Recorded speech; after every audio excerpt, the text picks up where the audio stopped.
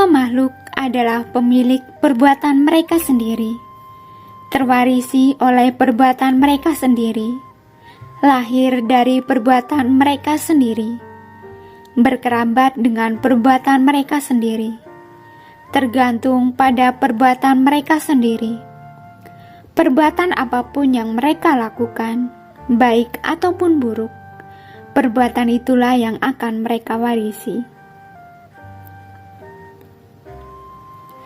Bila kita amati pada manusia, tidak satupun manusia di dunia ini yang memiliki kesamaan fisik maupun batin. Seseorang yang lahir kembar siam memiliki perbedaan-perbedaan. Memang, kalau dilihat sepintas terlihat sama. Tetapi, kalau kita teliti, banyak sekali perbedaannya. Fisiknya bisa jadi yang satu selalu sehat, sedangkan yang lainnya mudah terserang penyakit. Yang satu begitu pandai, mudah sekali menerima pelajaran, tetapi yang lainnya agak kurang dalam menerima pelajaran. Di dunia, saat ini ada miliaran manusia, tetapi tidak ada dua orang yang sama persis wajah dan keberuntungannya. Mengapa manusia berbeda-beda? Hal ini pernah juga ditanyakan oleh seorang pemuda yang bernama Subhaputra, dari orang yang kaya raya tetapi kikir yang bernama Todea. Ketika Sang Buddha tinggal di wihara Jetavana, pemuda Subha menanyakan 14 pertanyaan tentang masalah-masalah sosial. Yang mulia, meskipun ada banyak manusia di dunia ini, mereka semua berbeda satu sama lain. Mengapa ada orang yang pendek umur, sementara yang lainnya umurnya panjang? Mengapa ada yang sakit-sakitan, sementara yang lainnya sehat? Mengapa ada yang memiliki buruk rupa, sementara yang lainnya rupawan? Mengapa ada yang tidak memiliki teman dan yang lainnya banyak memiliki teman? Mengapa ada orang yang miskin dan ada orang yang kaya? Mengapa ada yang lahir di kasta rendah dan ada yang terlahir di kasta tinggi? Mengapa ada yang lahir bodoh, sementara yang lain memiliki kecerdasan? Sang Buddha menjawab, semua makhluk adalah pemilik perbuatannya sendiri, pewaris perbuatannya sendiri, lahir dari perbuatannya sendiri, berkerabat dengan perbuatannya sendiri, tergantung pada perbuatannya sendiri. Perbuatan apapun yang akan mereka lakukan, baik ataupun buruk, itulah yang akan mereka warisi. Karena perbuatan yang dilakukan oleh masing-masing orang dalam kehidupan yang lampau dan kehidupan yang saat ini berbeda-beda, maka keadaan juga berbeda-beda. Kemudian pemuda Subha memohon kepada Sang Buddha untuk menjelaskan secara rinci. Kemudian Sang Buddha menguraikan, berumur pendek dan berumur panjang. Ada makhluk yang suka membunuh makhluk lainnya dan mempunyai kebiasaan membunuh. Ketika meninggal, mereka terlahir kembali di alam-alam sengsara. Tetapi, kalau mereka terlahir kembali sebagai manusia, dengan dukungan perbuatan baik yang pernah mereka lakukan, kehidupan mereka akan pendek. Orang-orang yang menyayangi makhluk lain dan menghindari pembunuhan, mereka akan terlahir kembali di alam dewa. Tetapi, bila mereka terlahir sebagai manusia, mereka akan berumur panjang. Sakit-sakitan dan sehat. Ada orang yang menyiksa makhluk lain dan menyebabkan makhluk lain cacat. Ketika meninggal, mereka terlahir kembali di alam-alam sengsara. Tetapi, jika mereka terlahir kembali sebagai manusia dengan dukungan perbuatan baik yang pernah mereka lakukan, mereka akan sakit-sakitan dan mudah terserang penyakit. Orang-orang yang menyayangi dan tidak mencelakai makhluk lain, mereka akan terlahir kembali di alam dewa. Tetapi, bila mereka terlahir sebagai manusia, mereka akan menikmati kesehatan yang baik. Buruk rupa dan rupawan. Ada orang yang pemarah dan mudah marah-marah. Karena kemarahan, mereka berbicara kasar, menghina orang lain. Ketika meninggal, mereka terlahir kembali di alam-alam sengsara. Tetapi, jika mereka terlahir kembali sebagai manusia, dengan dukungan perbuatan baik yang pernah mereka lakukan, mereka akan buruk rupa. Tetapi orang-orang yang bertenggang rasa, memaafkan kesalahan orang lain, mereka melatih cinta kasih, dan mereka tidak mudah marah, tidak menghina orang lain dengan ucapan kasar, mereka akan terlahir kembali di alam dewa. Tetapi, jika mereka terlahir sebagai manusia, mereka akan menjadi rupawan.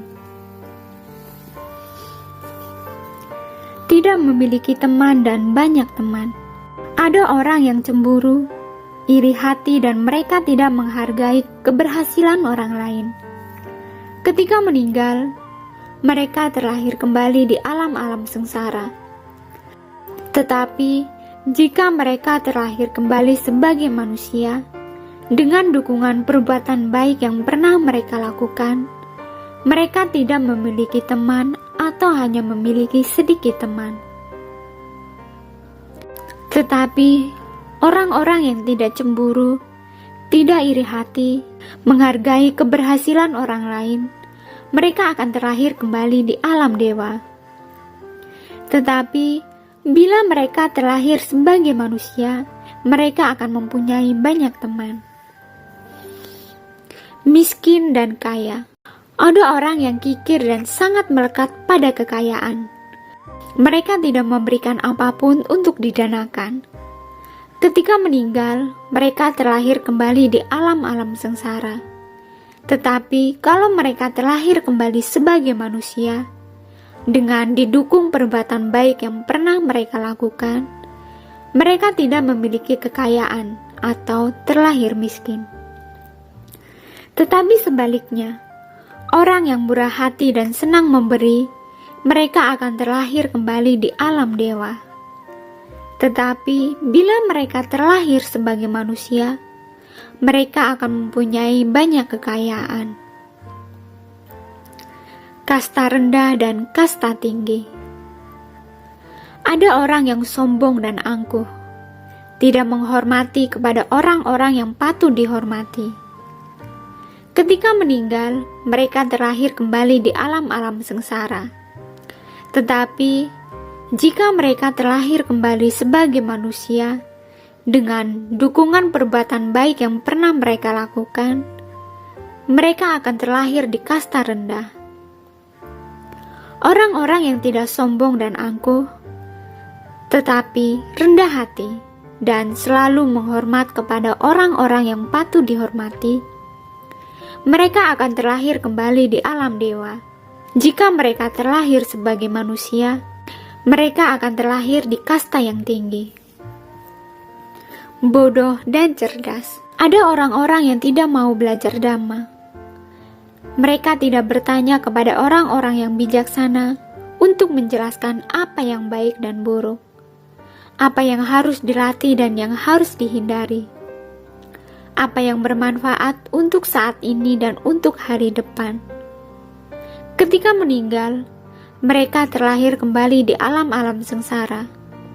Tetapi, kalau mereka terlahir kembali sebagai manusia, dengan dukungan perbuatan baik yang pernah mereka lakukan, mereka akan bodoh.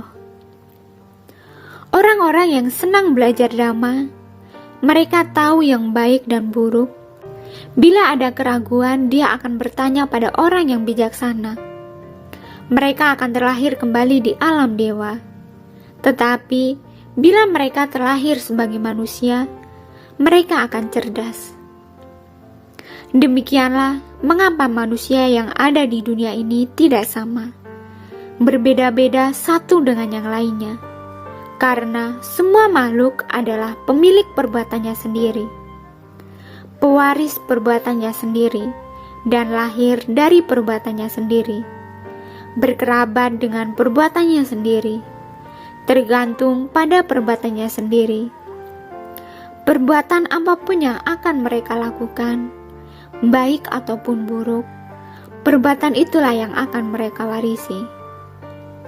Dengan memahami hukum karma secara baik dan benar, maka kita akan termotivasi untuk berbuat baik dan akan menjauhi hal-hal yang buruk. Sebab-sebab kehidupan yang membahagiakan dijelaskan oleh Sang Buddha, disebabkan oleh tindakan-tindakan bajik seseorang. Begitu pula sebaliknya, kehidupan yang penuh penderitaan disebabkan oleh tindakan-tindakan jahat makhluk hidup tersebut. Memahami bahwa kehidupan ini tidak berakhir begitu saja ketika tubuh jasmani kita ini mati, maka kita perlu untuk senantiasa berbuat baik dan menghindari kejahatan, agar kehidupan yang bahagia dapat kita peroleh. Sang Buddha mengajarkan kita hukum Kama Wipaka dengan begitu jelas, agar kita berbuat hal-hal baik yang menghasilkan kebahagiaan untuk kehidupan kita. Sang Buddha juga mengajarkan 4 kebenaran mulia dan keseluruhan dhamma kepada kita, agar kita tidak hanya berbahagia di kehidupan ini, namun juga dapat dengan segera melenyapkan segala bentuk penderitaan pada diri kita, serta dengan segera dapat merealisasikan Nibbana. Terima kasih sudah menonton, semoga bermanfaat dan semoga Anda berbahagia.